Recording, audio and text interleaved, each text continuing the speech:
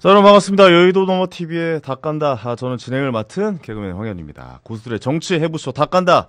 매일 오전 10시 30분 라이브로 여러분을 만나고 있습니다. 저는 수요일, 목요일 진행을 하고 계속해서 여러분들 인사드리고 있습니다. 구독, 좋아요, 알림 설정 좀 바로 좀 부탁드리겠고, 저희가 그 처음 진행했을 때 구독자가 한 500명 조금 넘었었는데 지금 벌써 한 3,000명이 넘어가는 숫자네요. 일주일도 안 됐는데 다시 한번 여러분께 감사 말씀 드리겠습니다. 자, 여의도 너머 채널 구독 부탁드리겠고요. 댓글 남겨주신 분들 선정해서 저희가 푸짐한 선물 또 드리고 있습니다. 고수들의 초중밀 정치해부쇼 닭간다 함께 정치 뉴스를 까볼 세 분 또 소개를 해드리겠습니다. 이게 섭외가 어떻게 이렇게 잘 되죠? 좀 너무 신기합니다. 제가 좀 뵙고 싶었던 분 오늘 세 분 모셔가지고 소개해드리겠습니다. 개혁신당의 김정철 최고위원, 정광재 국민의힘 대변인, 박성태 사람과 사회연구소 연구실장 세 분 모셨습니다. 반갑습니다. 안녕하세요. 아니 어떻게 좀 뭐 여기 제작진들과 친분들이 좀 있으세요? 친분이 있는데요. 네. 그 친분 가지고 오라고 했으면 안 왔을 텐데. 네. 네. 물론 이제 닭간다. 사실 어려운 그건데 한쪽만 네. 까야 되거든요. 네네네. 닭간다가 사실 맞죠. 근데 다 까야죠. 예. 네, 그런데 사실 제일 중요한 건 황인혜 씨 보고 왔습니다. 저를요? 네. 저는 정말 그 박성태 그 연구실장님 그 팬이었습니다. 제가 팬이었습니다. 아니 근데 그 이제 나오신 거잖아요. JTBC에서. 나왔죠. 어떻게 좀 야생으로 좀 나오셨는데 어떠세요? 괜찮으세요? 괜찮습니다. 어차피 네. 100세 인생에 네네. 노후도 준비해야 되기 때문에 네. 프리로 이렇게 하는 게 어떤 뭐 생존의 근육도 키우고 네. 네. 야생이 훨씬 더 괜찮더라고요. 많이 힘들어 보이시는데요. 좀 아니 먹겠습니다. 그 뉴미디어의 세계로 들어오신 거잖아요. 제가 그렇죠. 그 채널도 구독하고 보고 있거든요. 고맙습니다. 예, 어떠세요? 실제로 좀 메인 이제 지상파라고 해야 되나요? JTBC를? JTBC 뭐 지상파는 사실 기술적인 문제이기 때문에 네네네. 그렇잖아요. 근데 어쨌든 메이저 언론사에서 나와서 메이저 언론사라고 해야죠. 근데 예. 이미 그 판은 많이 깨진 것 같아요. 오. 예전에는 그러니까 메이저 뭐 마이너 이렇게 했는데 그 안에 있을 때는 안 깨졌다고 생각하신 거 아니에요? 아니 그때도 전 깨졌다고 생각했어요. 그래요? 그래서 후배들에게도 이거 시대가 나와라. 바뀌고 있다. 그래서 어떤 사실은 물론 메이저나 어느 정도 조직 규모가 되는 데들은 이런저런 뭐랄까 자원이 많죠. 취재도 훨씬 더 심도 있게 할 수 그렇죠. 있고 시간도 많고. 거기는 내 시간만 쓰면 되잖아요. 근데 여기는 다 깔아놔야 되니까. 그렇죠. 유튜브는 내가 예. 카메라에 무슨 마이크에 예. 다 신경 써. 섭외 이런 거 신경 써야 되니까. 근데 예전에는 사실은 일반 미디어 사실은 이렇게 닭간다 같은 데가 이렇게 하기가 힘들었잖아요. 힘들었죠. 그런데 지금 예. 어떤 기술 그래서 카메라나 제작 기술 이런 게 사실 값도 많이 싸졌고 그런 것도 있고 해서 값도 많이 싸죠. 네. 이제 그거 따져야 되잖아요. 그렇죠. 이제는 예. 예전엔 대형 그 기업들이나 언론사가 할 수 있는 것들을 지금은 1인 미디어나 할 수 있는 여건이 되기 때문에 네네. 물론 그래도 대형 조직들이 경쟁 힘은 있죠. 하지만 가성비가 좀 떨어지는 게 있고. 근데 이렇게 시대가 바뀌는 거는 사실은 흐름이다라고 봐요. 네. 그렇군요. 예. 이쪽으로 가야 될 수밖에 없는 시간의 방향이다. 네. 그래서 그렇게 지금 뭐 생각하시는군요. 지상파나 주요 신문 매체에서도 다 별도로 유튜브를 합니다. 돈도 좀 많이 들죠? 어때요? 유튜브를 예, 하고 계시는데. 저는 개인으로 하진 않고 예. 매체에서 하는 걸 제가 진행을 하는 게 있고. 그럼 출연을 받고 하시는 거예요? 그럼요. 개인으로 하면 사실은 이렇게 닭간다를 구독자분들이 많이 좋아해 주셔야 되는 게 예. 이렇게 한쪽 진영이 없고 그냥 중립적으로 하는 곳들은 힘들어요. 힘들어요. 예, 대표 죽으려고 그래요, 지금. 힘들어요. 근데 사실 예. 너무 우리나라 그 미디어가 일단 유튜브로 가는 건 이거는 뭐 흐름인데 이쪽은 사실은 수익성이나 이런 것 때문에 한쪽만 딱 하거든요. 다 까지 않고 한쪽만 까게 되는. 그래 아무래도 그쪽에 고관여층들이 많이 오기 때문에. 근데 이게 이제 우리 정치의 담론이랄지 이런 것들을 좀 왜곡한다. 네. 저는 사실 그런 생각을 갖고 있기 때문에 중립적인 데를 해야 우리 정치 문화가 좀 건전하게 발전한다는 생각을 가지고 있어요. 근데 알겠습니다. 어렵죠. 예, 진행하시는 프로그램 아주 좀 기대하고 보고 있습니다. 예. 고맙습니다. 중립적으로 진행하고 예, 계신 예. 거죠? 예. 예, 어느 저희는 약간 치우친 것 같던데. 아니에요. 약간 이렇게 간 것 같은데 아닌가요? 저희는 알겠습니다. 중립적입니다. 지켜보도록 하겠습니다. 자, 그리고 우리 또 이분도 너무 뵙고 싶었어요. 정광재 국민의힘 대변인. 역시 언론에 계셨었잖아요. 네. 여기 또 JTBC고 또 MBN에 계셨었던. 그 예. 박성태 형님이 몇 년 입사시죠? 저는 99년 입사예요. 저는 2000년 입사니까 저보다 1년 1년 먼저 선배시네요. 언론계 시작. 1년 다행입니다. 그래, 1년 선배가 원래 제일 무서워요. 예. 저도 언론사에 있었죠. 저는 뭐 뉴미디어 시대의 도래를 예측하고 기존 언론사를 나온 건 아니고 네네네. 제 뜻한 바에 정치를 한번 해보고 싶다고 해서 나왔는데 네네. 아, 어떠세요 요즘? 생각보다 쉽지 않죠. 정치라는 게 밖에서는 정말 들어가면 잘할 수 있을 것 같았거든요.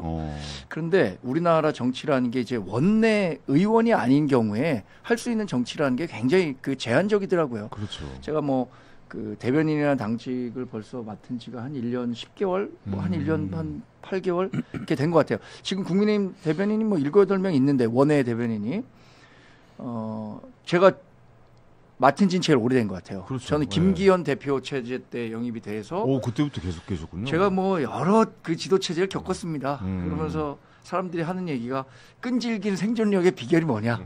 대변인을 왜냐면 끝까지 남는. 그동안의 지도 체제가 한 6, 7번 바뀌었어요. 맞아요. 그런 중에도 제가 대변인 계속 하고 있는데 여하튼 원내 대변인이라는 한계도 있고 원내에서 이루어지는 의사결정이 너무 많기 때문에 그런 한계를 느끼고 있습니다. 그래서 다음번 총선에는 반드시 원내에 입성해야겠다. 예전에 김상현 의원이라고 2000년 공천에서 아마 민주당 공천을 못 받아서 본인이 그런 얘기를 했었어요. 내가 물구나무를 서서라도 여의도 들어가겠다. 원내 들어가겠다. 그랬는데 실제로 2002년인가 보궐선거가 생겨서 네. 그 김상현 의원이 들어갔어요. 그분 아들이 지금 그 교육위원장을 하고 있는 김영호 의원이잖아요. 서대문에서 하고 있는. 아직 그 김성현 의원이 아마 6선 정도 했을 겁니다. DJ랑 같이 오랫동안 정치를 했었으니까. 그래서 그분이 그 물구나무를 서서라도 여의도 국회에 들어가겠다라고 했는데 저도 뭐 이게 깽깽이라도 해갖고 원상폭격이라도 해서 들어가겠다. 2018년에 꼭 들어가야겠다 네네. 생각을 하고 있습니다. 알겠습니다. 기대해 보겠습니다. 대변인 활동도 앞으로도 더 기대해 보겠고. 그렇습니다. 근데 제가 이제 뵙고 싶었던 두 분을 또 만나서 또 초면이잖아요, 저희. 네. 예, 뉴스에서만 항상 뵀었는데, TV 보는 것 같고 그러네요. 저희가 두 분도 저 보실 때 약간 그런가요? 네. 그렇군요. 저는 여튼 뭐 굉장히 팬이었어요. 네. 뭐 우리 그 황현희 씨하고 박성광 씨하고 하는 그런 류의 개그 프로를 제가 좋아했었거든요. 그 박성광 씨랑 저랑 개그 톤이 완전 다른데요. 저는 약간 있는데 그거 시청률 막 이렇게 왔다 갔다 하는 그 감. 그 제가 나온 그건 아니었습니다. 아니에요. 예.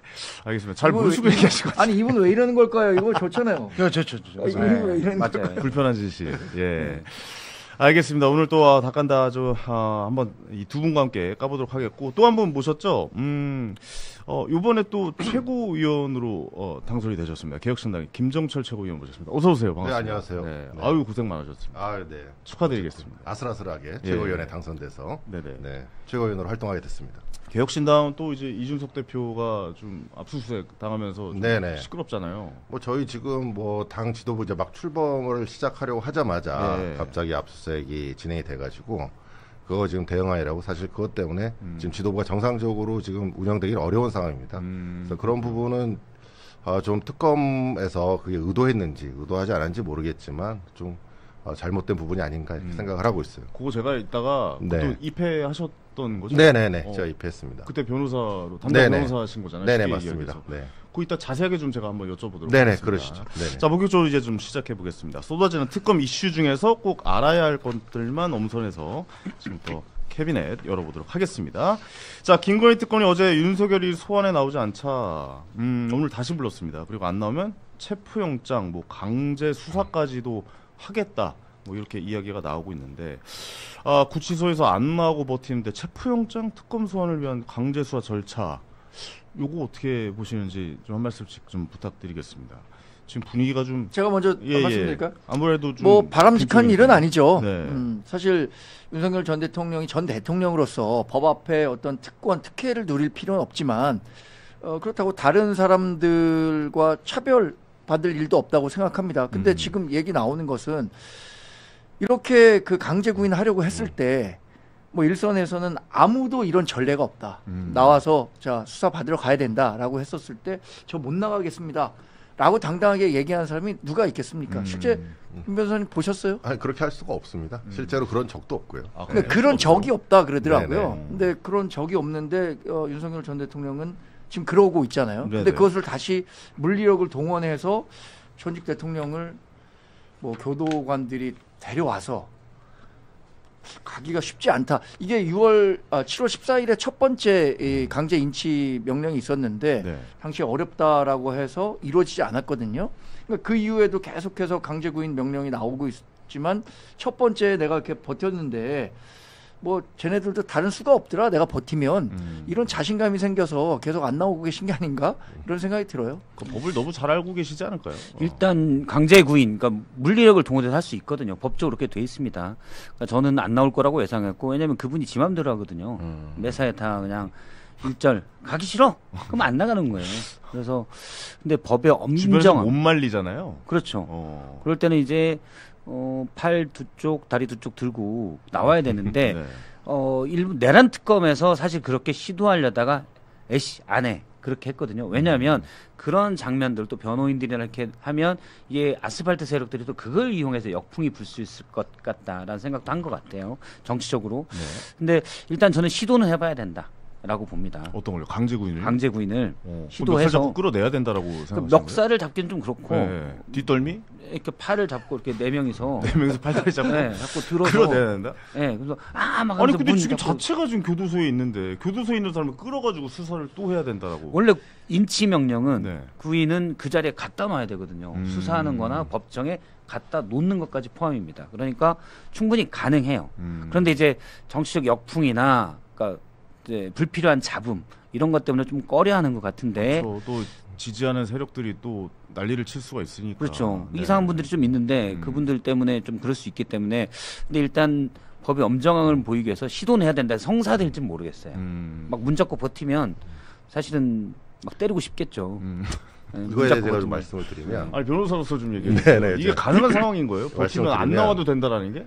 그 구속 영장이라고 하는 거는 구금 플러스 구인이에요. 그래서 네. 구인의 효력을 가지고 있어요. 그래서 데려올 수는 있어요. 그런데 이제 우리가 구인을 하는 이유가 뭐냐면 우리가 수사 중에 피의자 신문이라고 해서 이제 검사가 피의자한테 물어보고 질문하고 답변하는 거죠. 근데 여기에는 피의자에게 뭐가 있냐면 진술을 거부할 권리가 있잖아요. 그러니까 나가도 진술을 거부하면 방법이 없어요. 그리고 피의자 신문이라고 하는 건 기본적으로 임의 수사예요. 강제 수사가 아니에요. 데려오는 것까지는 강제 수사의 내용이지만 네. 피의자 신문의 내용은 임의 수사이기 때문에 얼마든지 진술을 거부할 수가 있고 진술 거부권은 특히 이제 헌법상 권리잖아요. 네네. 그러니까 결국은 데려와도 어차피 진술을 안 할 것이라고 이미 의견을 표명한 상태라서 데려와도 결국 의미가 없다는 거예요. 피의자 신문이. 굳이 데려올 필요도 없네요. 그래서 지금까지 기존에 있어서도 교도관이 굳이 강제로 데려오지 않는 거예요. 데려가봐야 어차피 진술을 안 할 거고 그게 진술 거부권을 보호하는 내용이니까요. 그러니까 이제 윤석열 전 대통령이 직접 나와서 수사를 적극적으로 응하는 것이 바람직하고 그것이 법 앞에 평등에 맞는 것은 맞는데 법적으로 보면 그런 강제로 구인하는 것은 부적절합니다. 부적절해. 원래 구인장이 있기 때문에 데려올 수는 있지만 뭐 아까 말씀하셨던 피의자, 뭐 네. 박성태 연구실장님처럼 뭐 팔다리를 잡아가지고 끌고 네, 낸다. 그건 부적절해요. 왜냐하면 부적절하다. 이미 진술 거부권을 행사하겠다고 얘기를 한 상태이고요. 그리고 이미 구속영장이 발부됐다는 건 체포영장보다 더 중한 의미로 발부가 이미 되어 있는 상태예요.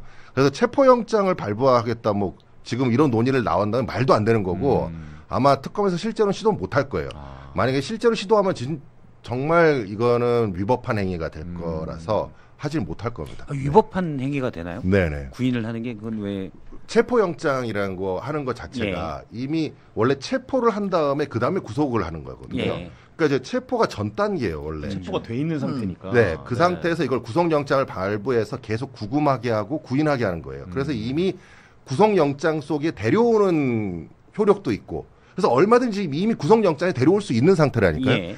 그러니까 체포영장이 필요가 없어요, 원래. 그러니까 실질적으로 지금 구인장의 효력이 발효가 안 되는 것이지, 체포영장이 발부가 된다 하더라도 결국 그건 효력 자체가 의미가 없는 거예요. 체포가 돼 있으니까 체포영장을 발부하는 것도 의미가 없다. 없죠. 그래서 이미 체포가 돼 있는 상태에서 구속이 된 거예요. 체포 네, 네. 구속으로 간 상태에서 또 체포영장을 발부한다는 건 말도 안 되고요. 아마 법원에서 바로 기각할 거고 청구하는 것 자체가 굉장히 특검이 우스워지는 겁니다. 이게 형소법의 기본 이론을 완전히 뭐 말도 안 되는 거죠. 그건 이제 지금 말씀은 그거죠. 네. 그러니까 지금 구속돼 있는 거는 네. 내란 특검에서 그렇죠. 특수공무집행 방해 등의 혐의로 구속이 돼 있는 거고 네. 지금 이제 구인하려고 하는 거는 김건희 특검에서 이제 공천 개입 등으로 구인하려고 하는데 이거는 네. 별도로 별개죠. 체포영을 발부받아서 구인을 해야 되니까 네. 그런 문제는 지금 말씀이신 거죠? 그래서 이미 구금이 돼 있는 상태이고 진술 거부한다고 돼 있는 상태이고요. 말씀하신 대로 이제 별건으로 하는 것도 물론 가능은 한데 이미 별건으로 한다는 것 자체가 이 사건은 부적절해요.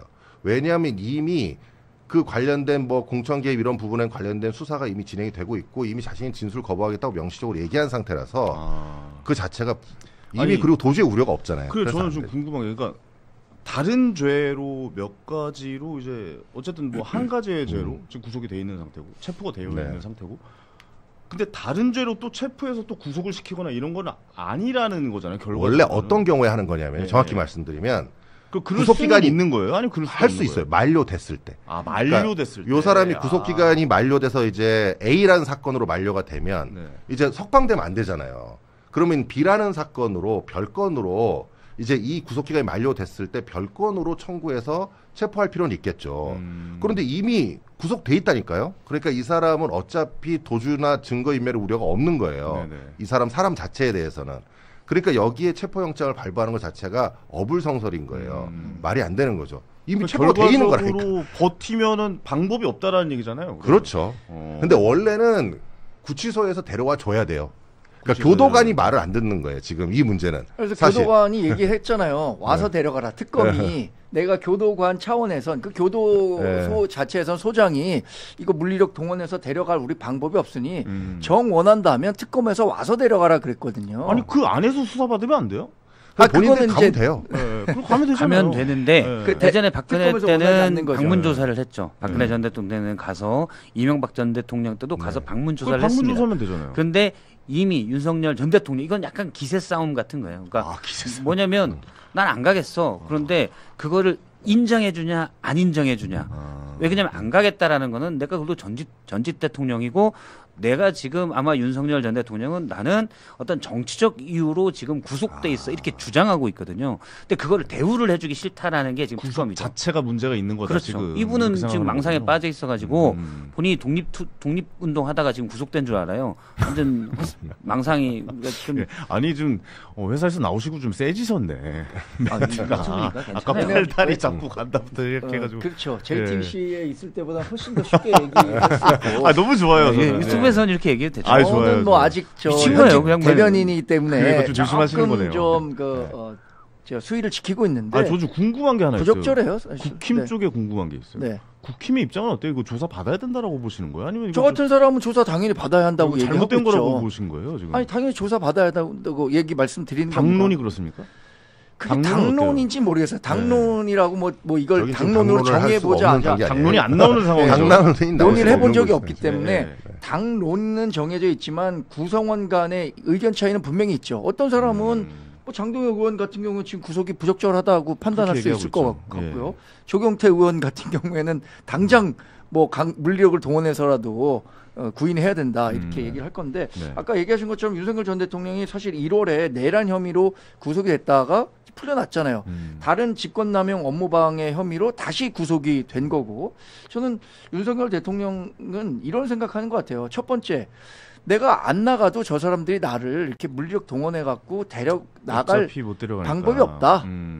그러면 내가 일단 버텨보겠다라고 생각할 거고 특검 수사에 응하지 않는 것이 본인으로서는 특검의 정당성을 부인하는 거잖아요. 아니 특검 원래 이거 있어서는 안 되는데 특검 자체가 괜히 필요가 야당 없어. 지금은 여당이죠. 여당 네. 주도로 만들어 갖고 나를 망신주기용 특검한 거다. 이런 식으로 정치적 메시지를 계속 내려고 하는 뭐 그런 셈 그 아니겠습니까? 메시지에 동의하십니까? 어때요? 저는 동의하지 않으니까 지금 제가 이렇게 그리고 제가 또 하나 궁금해서. 말씀드리면 이게 특검이 약간 비겁한 거예요. 왜냐하면 이건 비겁하다고 얘기를 해줘야 돼요. 저는 당연히 김건희 특검을 통해 철저하게 수사가 돼야 되는데 네. 지금 이런 메시지를 내고 뭐 체포영장 메시지 이거 비겁한 행위예요. 왜요? 왜 비겁한 행위냐면 네. 자, 잘 보세요. 본인들이 수사하고 있는 그 사건으로 영장을 청구해서 진행을 해야 돼요.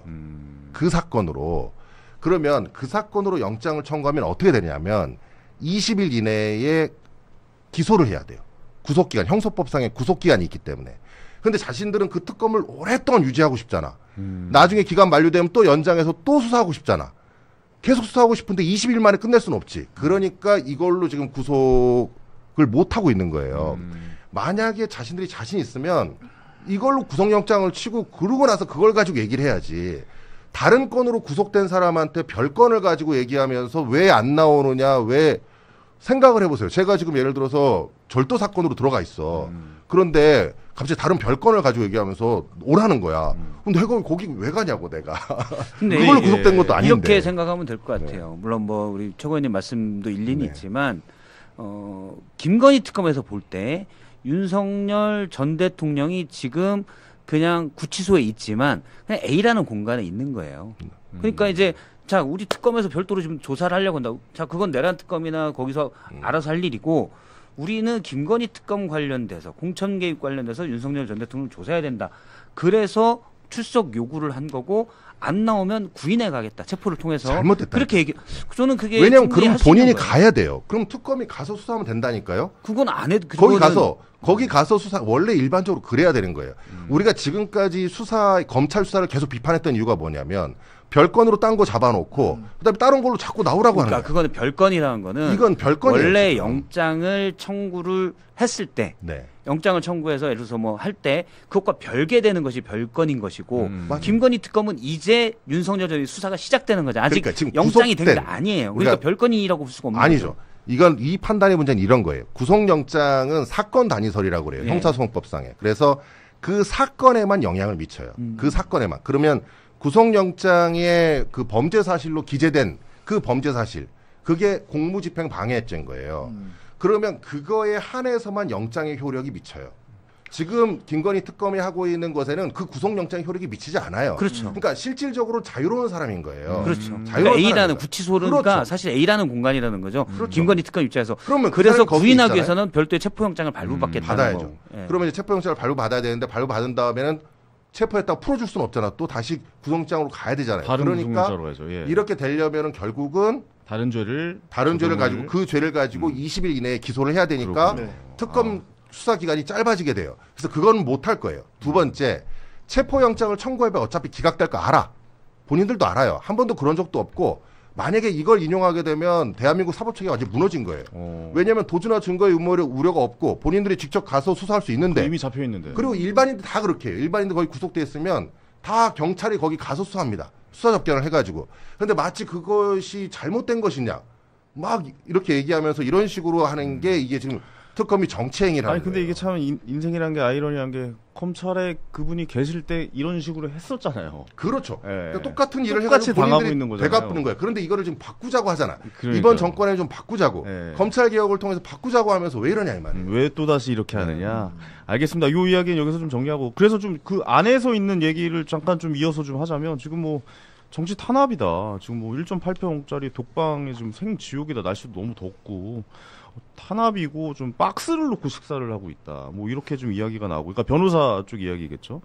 지금 또 게다가 미국의 개입이 있어야 된다. 뭐 이런 이야기도 나오고 있는데 이게 지금 뭐 극우 지지층의 결집을 위한 얘기인 걸까요? 아니면 지금 일부러 이런 목소리를 좀 내고 있는 걸까요? 이 메시지를 전한 분이 신평 변호사잖아요. 신평 네네네. 변호사가 뭐 윤석열 전 대통령의 뭐 정치적 멘토다 이런 평가를 받기도 했었죠. 근데 지금 이 상황을 두고 정치적 탄압이다 이렇게 얘기하는 것에 동감하는 국민들 많지 않을 것 같아요. 오늘 오다가 하겠죠. 네. 오다 보니까 창문도 없는 2평 감옥의 전직 대통령을 수감하는 뭐 독재 정부 이런 그 플랜카드들이 많이 걸려 있더라고요. 누가 걸었어요? 누가 걸었는지 모르죠. 뭐 자유통일당에서 걸었는지 아니면 뭐 윤어게인을 지지하는 사람들이 걸었을 수 있을지 모르겠습니다만 제가 그래서 자료들 한번 찾아봤어요. 전직 대통령이 수감된 경우가 있었잖아요. 네. 전두환, 노태우 이 두 분이 6평대 독거실에 있었더라고요. 방이 컸네요. 6평대. 지금은 더 확실히 컸네요. 서울구치소와 안양구치소. 서울구치소에 노태우 대통령이 먼저 가 있었기 때문에 전두환 전 대통령을 같이 거기에 넣을 수 없다 해서 안양구치소로 보냈는데 거긴 따로 그런 6평 공간이 없어서. 아니 근데 이게 죄송한데 좀 부동산을 좀 좋아해서 이게 전용 면적입니까? 아니면 어떻게 6.8평이 좀 더 큰 거예요? 어떻게 되는 거예요? 전용 면적이에요. 전용 면적이에요? 전용 면적. 공급 면적이에요? 전용 면적이에요? 네, 서비스 공간이 구치소에는 없어요. 아 그래요? 베란다가 있는 줄 알았죠. 예. 그래서 안양구치소에서 특별히 6평대 독거실을 그때 당시에 만들었다 그러더라고요. 근데 그때 당시에 대통령이 갖고 있는 정치적 위상은 지금이랑은 굉장히 다르죠. 당시 대통령과. 그 이명박 박근혜 전 대통령은 이게 절반으로 줄어듭니다. 3평대로 줄어들어요. 3평대. 이게 점점 줄어드네요. 네. 근데 지금 뭐 1.8평대라고 하는데 1.8평대라고 이 줄어든 이유는 요새 그 구치소에 수감돼 있는 사람이 굉장히 많답니다. 그래서 이 공간이 부족해 갖고 더 늘릴 수가 없는 상황이고 그래서 뭐 1.8평대로 갔다고 하는데 어쨌든 1.8평대라고 하더라도 그게 일반 수감보다는 훨씬 더 좋은 환경에 있는 건 사실이에요.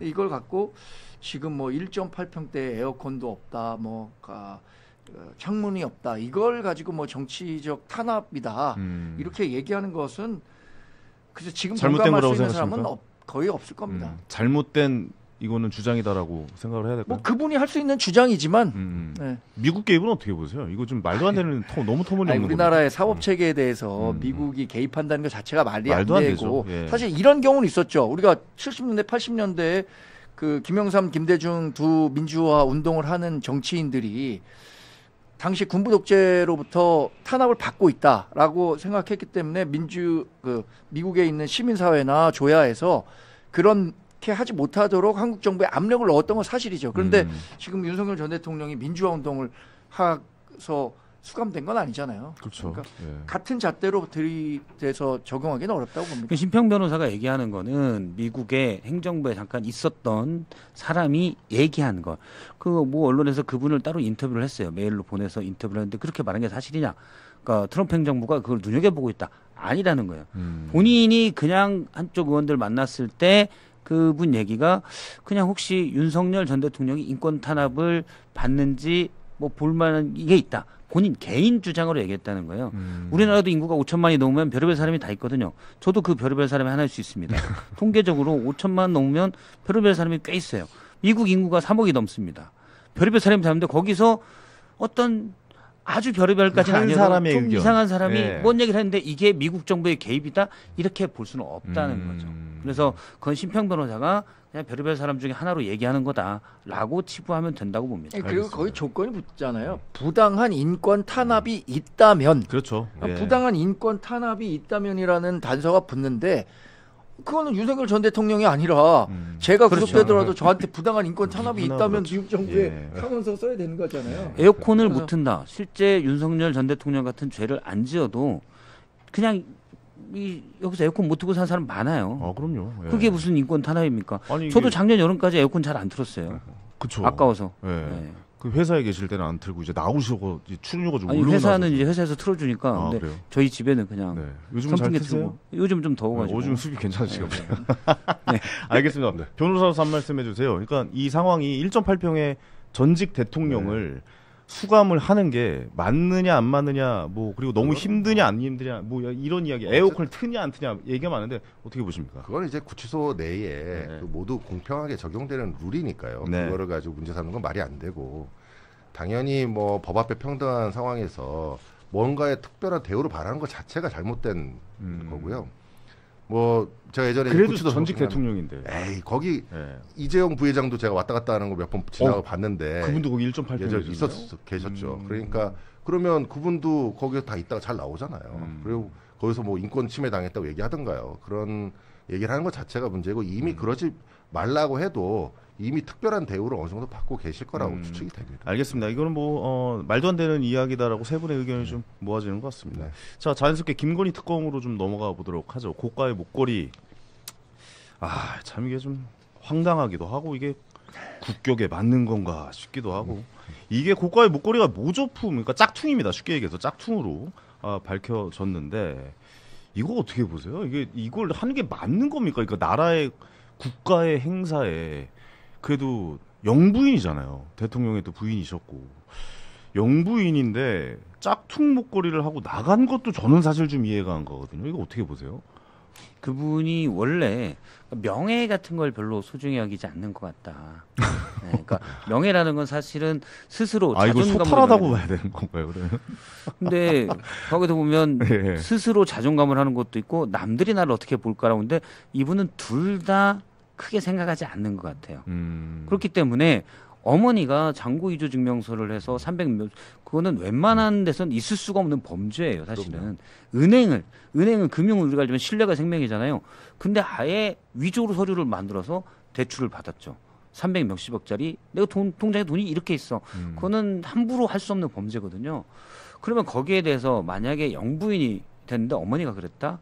그러면 엄청나게 부끄러워야 되는 게 기본이잖아요. 네. 근데 그런 게 보이지가 않아요, 전혀. 도이치모터 주가 조작 의혹에서도 그렇고 사실은 그 지위에 걸맞는 품격은 고사하고 그냥 일반인으로서도 명예 이런 거는 큰 의미가 없다. 그게 밥 먹여주냐 이렇게 생각하는 거기 때문에 저는 실제 모조품일 가능성도 있다. 지금 나온 거는 오빠의 장모 집에서 발견돼. 예를 들어 B 목걸이라고 하면 이 목걸이가 모조품이라는 거잖아요. 근데 22년 나토 순방 때 착용했던 목걸이 이걸 A 목걸이라고 한다면 네. 모양은 동일하지만 사실은 설마 그 자리에 모조품을 차고 갔겠냐. 가짜를. 예. 네, 영부인도 쭉 있는데. 네. 그래서 B 목걸이는 알리바이로 놔두지 않았냐? 특검에서 이런 의혹도 가지고 있는데 보통 그렇거든요. 사실 솔직히 말씀드리면 진짜 예를 들어서 뭐 롤렉스 시계를 차요. 이건 뭐 유튜브니까 얘기해도 롤렉스 시계를 차요. 진짜 사요. 그럼 짝퉁 하나 삽니다. 그래요? 그래서 약간 좀 금고에다 넣어놓고 다닐 때 그냥 어디 뭐 다닐 때는 짝퉁 차고 다니기도 해요. 아니 그래서 사람들이 제가 뭐 좀 짝퉁 차고 다녀도 다 진짜인 줄 알아요. 그만 씨와치 진짜예요. 아니 근데 지금 울트라인데. 황현희님 예. 얘기하시는 게 맞아요.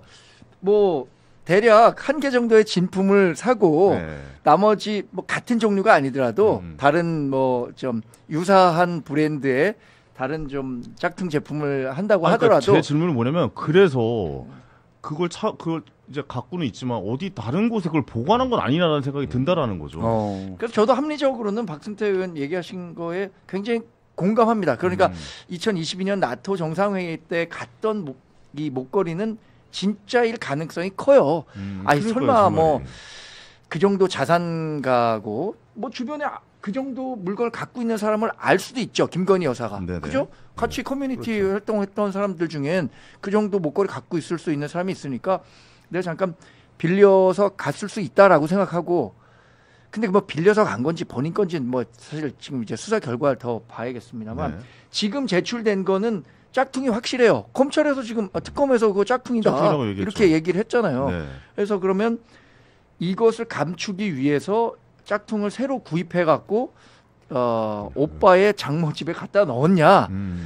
이건 뭐 특검에서 한번 더 조사해 봐야겠죠. 지금으로선 단정해서 얘기하기는 어려울 것 같아요. 어쨌든 짝퉁인 거로 발견이 됐고 그다음에 그 목걸이는 아직 없는데 지금 현재 목걸이 영수증이 또 압수수색 과정에서 통일교측에 준 목걸이의 영수증이 또 발견이 됐잖아요. 근데 그 목걸이와 그 목걸이는 다른 목걸이. 다른 건데 그러니까 그렇게 받은 거를 하나가 확실하게 됐으니 이것조차도 어디서 받은 건데 지금 말씀하셨다시피 가짜를 사서 오빠네 집에 그림이나 같이 놔뒀던 건 아니냐.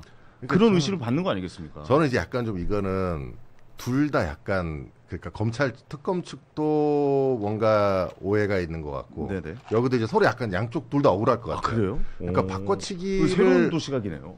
바꿔치기를 하려고 그랬으면 일단 그 정도 좀 치밀해야 되는데 김건희 아니 준비를 하고 있지 않았을까요? 그런데 만약에 그랬다 그러면 이거를 이후한 그림이랑 같이 갖다 놓지는 않았을 것 같아요. 제 생각에. 저도 그 부분이 좀 아니 일부러 약간 좀 아니 그렇게까지 치밀하게 할 수가 없어. 내가 너무 생각을 많이 했나? 그래서 저는 22년 나토에 찾던 목걸이가 그 목걸이 짝퉁 목걸이일 수도 있다. 그 가능성을 배제할 수 그 없다고 봐요. 자체가 그냥 짝퉁이었을 것이다. 왜냐하면 알리바이 증명을 하기 위해서 짝퉁을 억지로 이거 들켜라라고 하기에는 이유한 화백의 그림이 훨씬 덩치가 커요. 그래요? 그러니까 20억짜리를 거기다 갖다 놓고 그것도 짝퉁인 거 아니에요? 그러면 그거는 진품 감정서가 있다고 그러더라고요. 그래요? 그럼 거기까지 생각을 한 건 아니네요. 그렇죠. 왜냐하면 제가 예를 들어서 그것만 발견됐으면 혹시라도 그렇게 될 수 있는데 이거랑 진품이랑 같이 갖다 놓고 같이 발견되게 하는 이렇게 멍청한 계획을 세울 사람이 어디 있겠냐는. 왜 그거를 다 같이 장모님 집에다가 갖다 놓은 거예요? 그러니까 이제 제가 생각하기에는 말씀하신 것처럼 진품도 하나 있고 가품도 하나 갖고 있다가 뭐 이렇게 이제 건네줬는데 그게 그 숨겨놓으려고 하다가 그쪽으로 넘어가는 것으로 볼 수 있는 그런 의심은 할 수 있을 것 같아요. 그런데 숨겨두려고 했을 거라는 의혹은 맞는 것 같은데 이거를 바꿔치기까지 해가지고 일부러 이렇게 뭐 했다고 보기까지는 좀 어렵지 않냐. 그렇게 하기에는 좀, 예. 네, 제 생각이 그렇습니다. 예. 네. 그러니까 처음에 디올백 나왔을 때 300만 원짜리였잖아요. 네. 그 다음에 통일교 건진 목걸이 나왔을 때 이게 6천만 원, 샤넬백 2개에 신발 이게 한 2천만 원 이거잖아요. 그래서 거기에 핵심은 뭐냐면 와 김건희 씨가 통일교의 이권 사업 이런 걸 들어주면서 또는 인사 소개비 명목으로 뭐 약 8천만 원 상당의 금품 뇌물을 받았구나 또는 알선 수재 이런 거잖아요. 그런데 이제 20억짜리 그림이다. 정확히 나왔죠. 크기나 이런 것들을 모르기 때문에 정확한 가액은 모르지만 이완 화복의 그 연작 시리즈의 그림이 과거에 22억의 경매로 팔린 적이 있습니다. 그 되게 유명한 그림입니다. 점 그렇죠. 찍어주고 네. 이렇게 쭉쭉쭉쭉 나가는 예. 그 그림 말씀하시는 그렇죠. 거죠. 프롬 포인트. 제가 사실 문화예술의 문외한이어서 잘은 모르는데 기사 검색을 했더니 나오더라고요. 아, 엄청 유명한 그림입니다. 예. 예. 근데 그러면 지금까지는 이제 다이아몬드 목걸이가 아니라 저는 그 그림을 샀을 리는 없다라고 봅니다. 아, 어딘가에 받았다. 그렇죠. 받았다고 봐요. 그거는 그래서 김건희 오빠의 장모집은 김건희 씨 일가의 보물창고다. 보물이 더 있을 것으로 일단 보십니까? 작물 같은 거 받아서 이렇게 넣어놓은 그 네네. 창고라고 봅니다. 아, 우리 집에 갖다 놓으면 의심받으니까. 걸리니까. 그냥 장모님을 믿고 장모님 집에. 예, 갖다 원래 놓은 오빠 집에 거예요. 있던 걸 옮긴 거죠. 이완 계엄 이후에. 화백의 그 연작 그 정도 작품이면은 유통이 어떻게 되고 있는지에 대해서 다 그 검증이 근데 될 텐데요. 예를 들어서 미술품은 그거를 찾아내긴 쉽진 않아요. 저도 미술 작품을 몇 개를 좀 구입을 해봤는데 이게 돈의 출처나 이런 게 밝혀지기가 쉽지 않은 구조긴 해요. 사실 왜 개인과 개인의 거래이기 때문에 그리고 관리나 보관해서 어디다 맡겨놓은 거는 좀 찾기 쉬운데 왜냐면 이 정도 가격의 그림은 개인이 소장 못해요. 어떻게 보면 그렇죠. 그 지하에 요즘에 월에 얼마 내고 보관해주는 그렇죠. 창고가 있거든요. 네. 예. 근데 한국은행 1층에 가면 한국은행이 보유하고 있는 그 미술품도 굉장히 아, 많거든요. 그래요? 네. 거기가 제일 시원해요, 한국은행에서. 왜냐면 그 맞아, 그림이 손에 그림 가면 안 관리를 되니까. 잘해야 돼서. 그게 이제 그래서 뭐 이 미술 작품이 자금 은닉용으로 많이 사용된다고 사용하죠. 하잖아요. 예. 그래서 모르겠어요. 이 작품이 이 김건희 여사가 원래도 이 미술업계에서 활동을 했었잖아요. 그렇죠. 그러니까 뭐 활동하던 시기에 그때도 20억은 아니었을 거 아닙니까? 음. 예를 들어서 뭐 2000년대 초중반 뭐 중반 저렴했겠죠. 뭐 예. 그때에 구입했을 가능성도 있는 거죠. 그러니까 여러 가지 가능성들이 있기 때문에 지금 뭐 이걸 단정해 갖고 누구에게 받았다 이게 얘기하기 좀 어려운 그렇죠. 거 그건 아닙니까? 단정은 아니지만 저는 그럴 가능성이 아주 높다. 더 왜냐면- 저렴할 때 구입해서 좀 가격이 많이 올랐기 뭐 때문에 저는 뭐 그럴 가능성도 있다고 보기 때문에 뭐 가능성은 네. 있죠. 예. 100억 자산가가 김건희 씨 부부의 자산이 80억, 시가라면 100억 좀 넘을 텐데 100억 자산가가 20억대 그림을 갖고 있기는 쉽지 않아요. 그러니까 그 20억대 사진 않았겠죠. 만약에 샀다면 샀다면. 한 1억 정도에 사서 사진 20년 뭐 뒤에 한- 20억 됐다.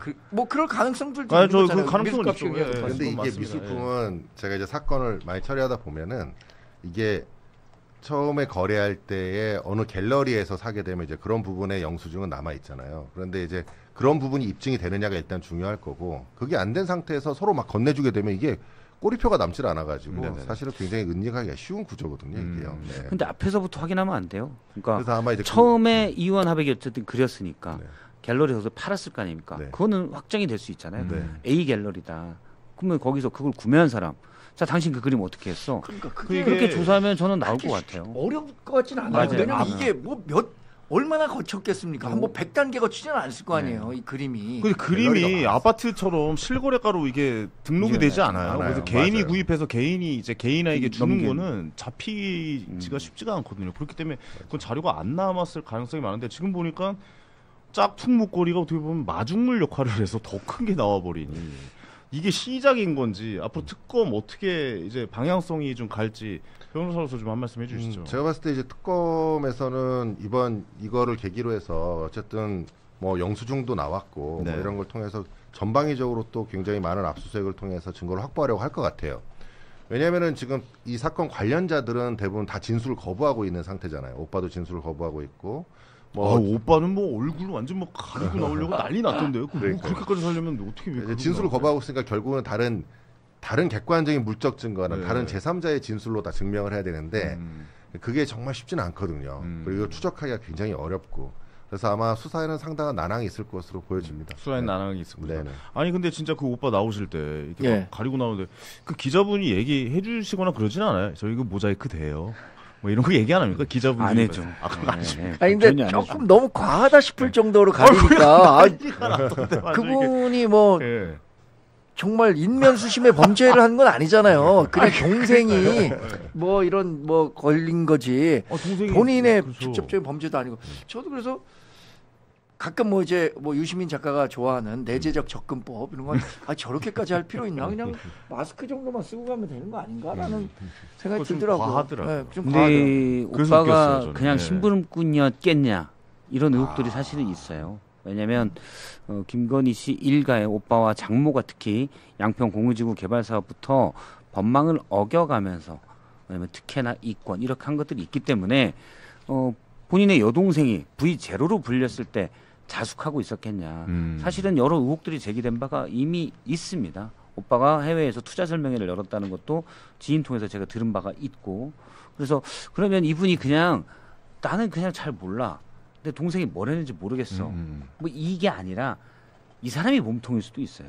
오히려 오빠. 그래서 과하게 막 그럴 수도 있죠. 나 내 얼굴 절대 노출되면 그럴 수도 있겠네요. 진짜. 그래서 사실은 김건희 씨가 완전히 나뉘어진 게 아니라 실제 그 이미 철없이 무식한 우리 오빠 김건희 씨의 명태균 씨와의 카톡 내용에 나오는 내용입니다.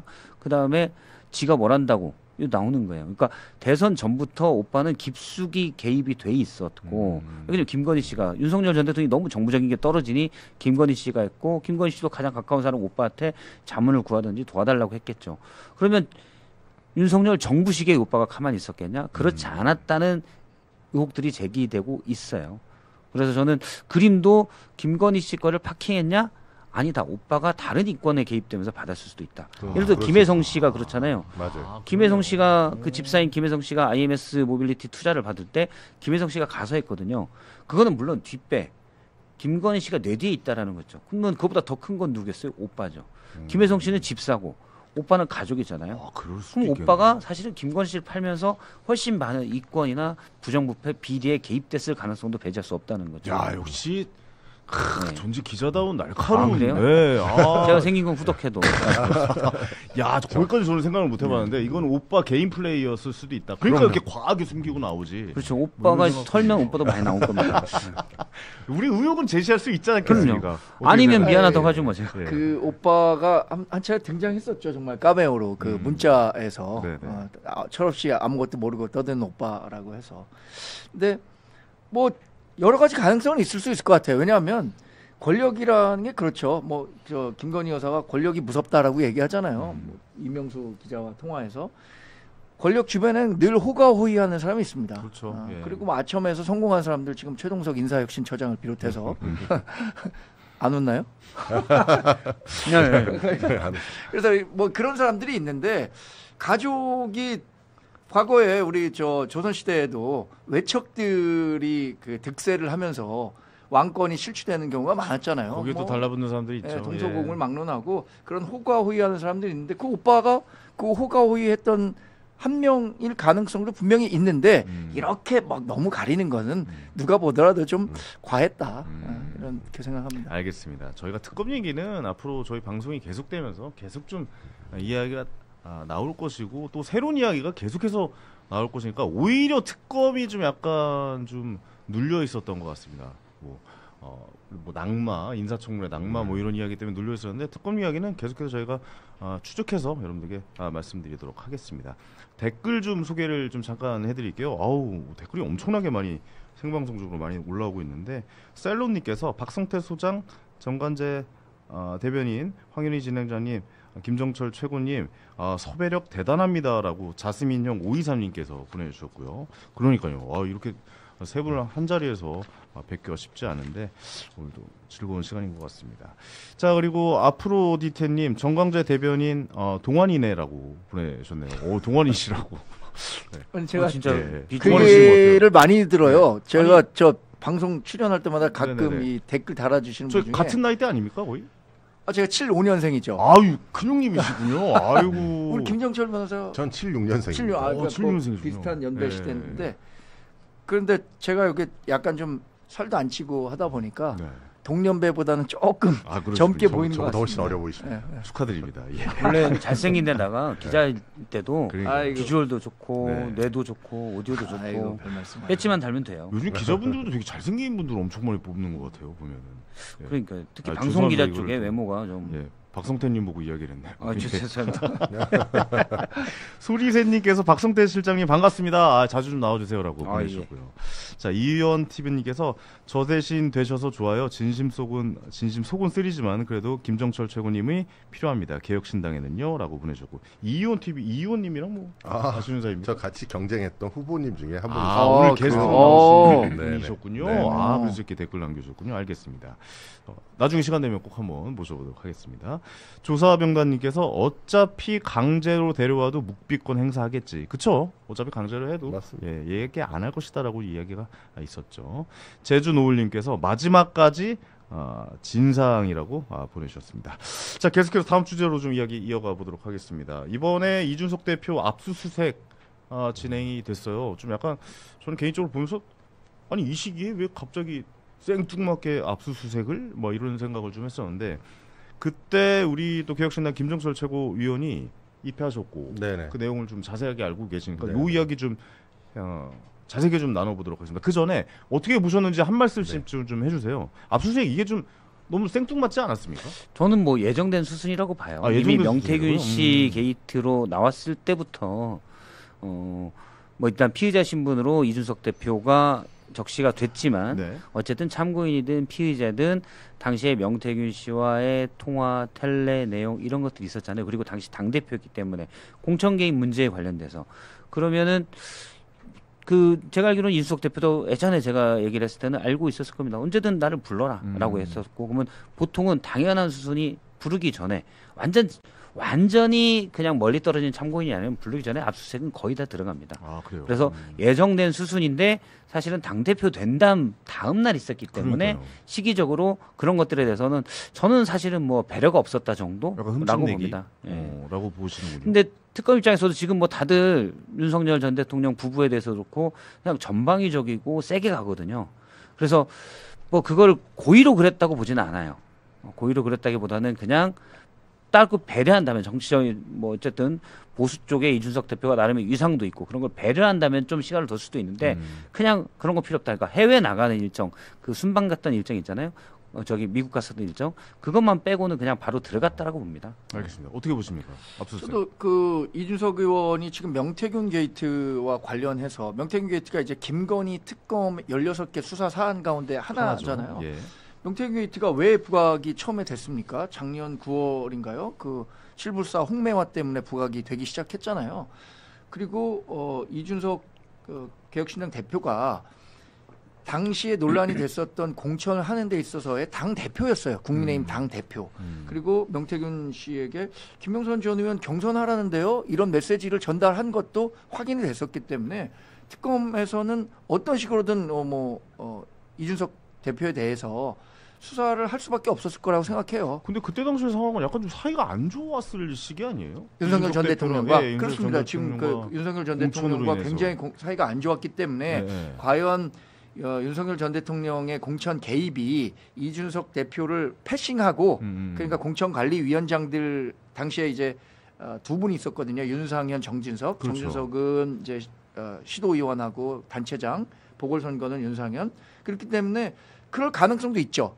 그렇기 때문에 그건 수사를 해봐야 되는 거라고 생각했고 특검이 압수수색은 정해진 수순이었는데 예상 못하지는 않았었을 것 같은데요. 압수수색에 대해서. 그래요? 시기와 관련해서는 여러 사람들이 전당대회 다음 날 압수수색하면 이거 좀 이상한 거 아니야?라고 얘기하는데 전당대회 과정 중에 만약에 압수수색을 했다면 더 이상한 시각으로 볼 수도 있었을 것 같아서 저는 시기와 관련해서도 이렇게 문제 제기를 할 수는 있죠. 그러나 그것이 큰 설득력을 갖기는 어렵지 않은가? 이렇게 봅니다. 알겠습니다. 어떻게 보세요? 이거 예상 못했을 거라고 지금 이야기를 좀 주변에서 좀 이야기 나오고 있는데 저희가 일단 예상했습니까? 예상할 수 없었고요. 전혀 갑자기 아침에 새벽에 이준석 대표 입장도 마찬가지예요. 네네, 그렇죠. 그래서 지금 사실은 지금 정광재 그 대변인도 계시지만 우리 박성태 우리 시장 같은 경우에는 좌우에 치우치지 않는 공정한 얘기를 많이 제가 뭐 그렇게 공정하진 않아요. 네, 제가 특별히 좀 오늘 좀 말씀을 드릴 테니까 들어보시고 좀 다른 채널에 나가셨을 때도 이 팩트가 왜곡되지 않도록 좀 해주셨으면 좋겠어요. 네, 팩트 좀 얘기해 주세요. 첫 번째는 네네. 영장, 압수수색 영장, 뭐 그게 뭐 시기의 문제 뭐 이런 건 정치적인 논란으로 얘기하면은 이건 누구에 따라 해석이 다를 수 있으니까요. 핵심은 영장에 기재된 범죄 사실, 피의 사실에 문제가 있습니다. 그러니까 피의 사실로 적시된 게 1, 2, 3, 4, 5, 6이 있으면 이준석 의원과 관련된 피의 사실은 딱 하나예요. 그 중에 하나입니다. 그럼 나머지 2, 3, 4, 5는 참고인이신 분인 거예요. 요거는 그냥 순전히 그 당시에 그런 내용들을 알거나 알 수 있었던 사람이다라는 참고인이신 분입니다. 그러면 그 중에 그 하나의 2022년도 김영선 공천과 관련된 위력에 의한 업무방해. 그러니까 그 업무방해의 대상은 피해자가 국민의힘입니다. 그러니까 국민의힘의 공천 업무에 위력을 가해서 업무방해를 했다. 이거를 윤석열, 김건희와 공모했다. 이런 게 이제 핵심이에요. 자, 그러면 자, 첫 번째 문제점은 이 여러 개의 범죄 혐의 중에 딱 하나, 요것만 피의자라는 거예요. 그런데 압수수색 영장에는 피의자 이준석 이렇게 기재하고 그 옆에 뒤에다가 전체 범죄 사실인 양 다 기재한 후에 이걸 영장을 청구하고 영장을 또 판사가 그걸 걸러줬어야 되는데 그걸 발부해버린 거예요. 그럼 이게 왜 문제냐? 첫 번째 문제는 우리가 제가 범죄를 저질러가지고 저희 집하고 저희 와이프하고 뭐 압수수색 당하는 건 이해할 수 있어야겠죠. 그죠? 그런데 그게 아니야. 나는 목격자예요. 또는 협박을 당한 피해자야. 그럼 피해자인데 피해자의 집, 사무실에 있는 직원 압수수색하면 돼요, 안 돼요? 그런 일이 세상에서 벌어지면 됩니까, 안 됩니까? 지금 그런 거예요. 참고인에 해당되는 내용을 가지고 피의자로. 국회의원의 의원실을 당 대표인 의원실을 압수수색하는 거예요. 그리고 또 하나는 아침 새벽에 와가지고 일부러 변호인 참여가 어렵게 하려는 거죠. 그거는 이제 휴대폰을 통째로 가져가고 싶은 욕심 때문에 그런 거예요. 왜냐하면 그 안에 다른 걸 들어보고 싶거든. 그게 이제 원래 그 욕심 때문에 그런 겁니다. 근데 이거는 또 아니라고 부인할 거니까 제가 그 논리는 뺄게요. 두 번째에 꼭 말씀드리고 싶은 거는 그럼 그 혐의가 그럼 인정될 수 있는 혐의냐. 이게 판사가 못 걸러줬어요. 이게 내용이 뭐냐면은 위력에 의한 업무방해거든요. 그럼 위력의 대상이 어디냐면 국민의힘에다가 위력을 가했다는 거예요. 그럼 국민의힘이라고 하는 만약에 회사로 치면 법인에다가 위력을 가할 수가 있어요? 없어요. 그러면 법인을 대표하는 사람한테 위력을 가했다는 거야. 그러면 법인을 대표하는 사람이 국민의힘은 그 당시 이준석 당대표인 겁니다. 그러면 당대표한테 위력을 가한 거잖아요. 그러면 이걸 위력이란 말로 하니까 어렵게 들리시니까 협박으로 바뀌어볼게요. 협박을 가해서 공천을 했다라고 생각을 해봐요. 그러면 협박의 피해자인 거예요.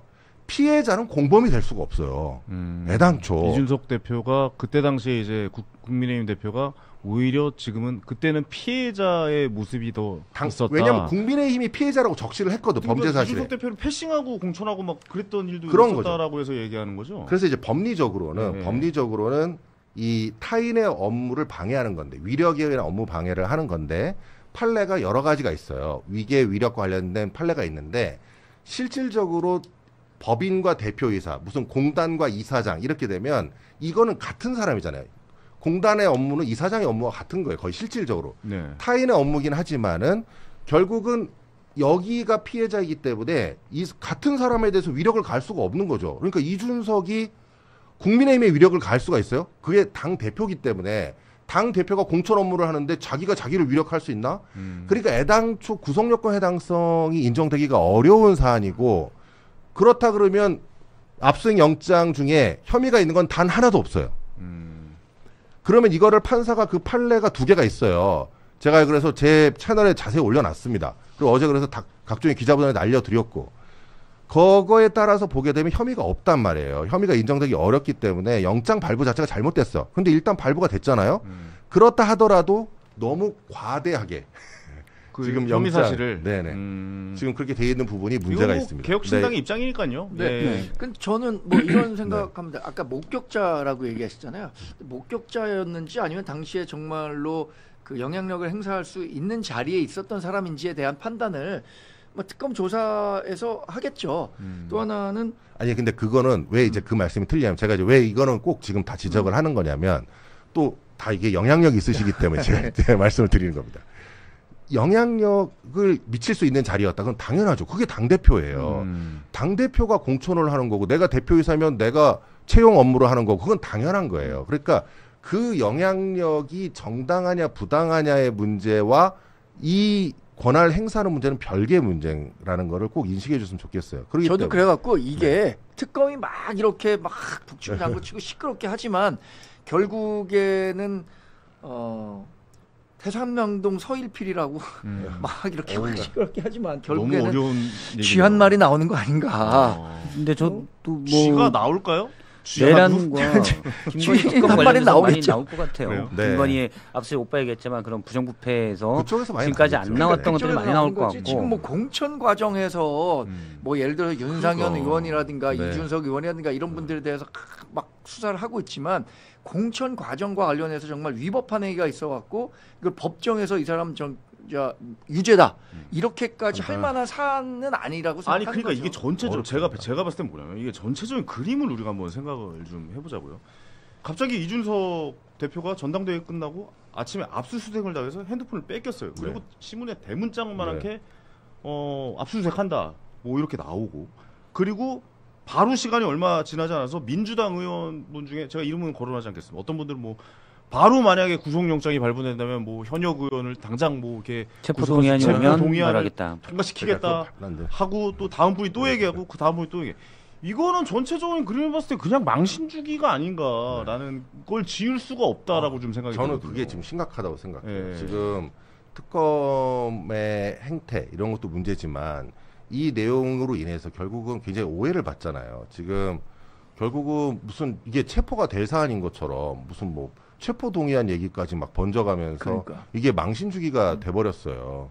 그러니까 실질적으로 지금 휴대폰을 아침에 와서 압수할 이유가 뭐 있습니까? 이게 2022년도 사건입니다. 핸드폰 그 휴대전화 완전 뺏긴 거예요? 네. 근데 압색은 다 아침에 나가요. 아니, 오후에 아니. 나가는 압색은 거의 없습니다. 아니, 그러니까 그 나갈 때 제가 그걸 정확히 말씀드릴게요. 나가더라도 나갈 때 변호인한테 통지를 해줘야 돼요. 예. 왜 통지를 해줘야 되냐면 휴대폰 자체를 요즘은 압수를 못하게 돼 있어요. 아 그래요? 네. 왜 가져갔어요? 판사들도 다 영장을 발부할 때요. 네. 요즘은 컴퓨터, 휴대폰 자체에 압수를 못하게 하고 있습니다. 지금 판사들은요. 네. 그래서 영장 그 범죄 사실을 보면 뭐라고 돼 있냐면 휴대폰에 저장된 전자정보라고 돼 있어요. 이 사건 피의 사실과 관련된 뭐 녹음 파일, 뭐 녹취, 사진, 파일, 문서. 전자 문서 네. 이렇게 돼 있지 휴대폰을 압수하도록 돼 있지 못해요. 이거는 이제 아. 가는 거예요.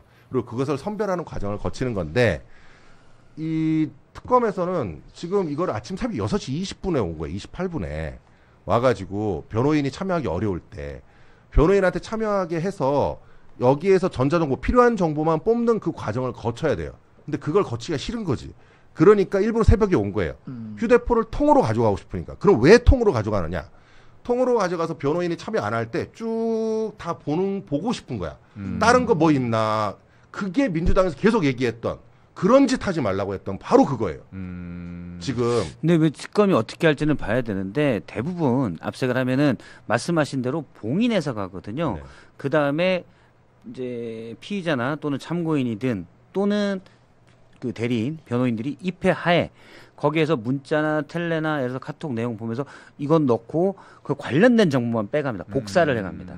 그 다음에 네, 다시 맞아요. 돌려주죠.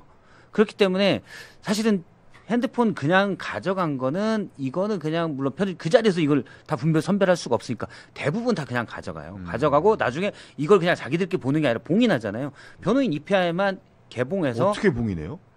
이렇게 뭐 뭐 이렇게 비닐로 네, 싸요? 싸서 봉인해서 가져갑니다. 봉인지가 있어요. 네. 그 봉인지를 딱 붙이고 원래 들어가서 보면 안 됩니까? 그러면? 그건 티가 나겠죠. 그럼 당연히 이 변호인들이 네. 대신 이제 이런 경우 있어요. 중요 사건이 아닌 경우인데 예를 들어서 누군가 제가 아는 지인도 뭐 분이 이제 정치 뭐 이쪽에 정치권에 계신데 핸드폰을 압수수색 당했어요.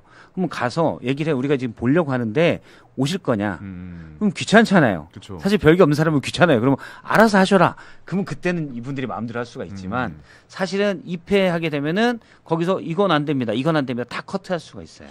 야, 그래도 핸드폰을 가져간다는 건 저는 제 거 다 볼 것 같은데. 왠지 요즘에 그 하나만 C타입 그 그렇죠. 꽂기만 해도 다 복사가 되는. 근데 이제 그래서 입회를 해야 되죠. 입회를 해서 예. 이건 아니다. 이것만 가져가라. 그거를 노리는 거예요. 그거를. 그러니까. 그러니까 이번에 이제 압수수색을 할 때 제가 의원실 압수수색에 대응을 했잖아요.